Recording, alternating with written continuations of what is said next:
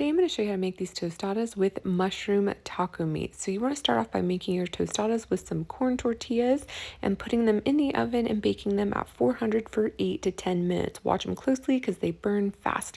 And see, you don't need any oil or anything. They come out nice and crispy. Then to a hot pan, I'm going to saute up some onion and let it brown, and then I'm going to add my chopped mushrooms, and then I'm going to season these guys with some of this Mexican fiesta seasoning, a little garlic salt. I add a little water to help cook it down, and I season it really well with this Mexican fiesta seasoning.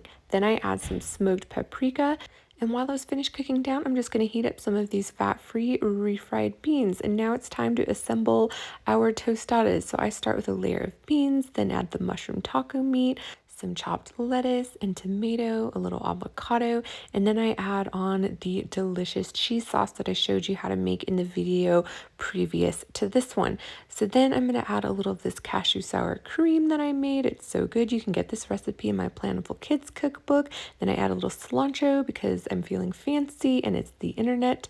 And there you have it. Guys, these are so delicious. We love Tostada Tuesday. You can have leftovers for a few days. They're so good.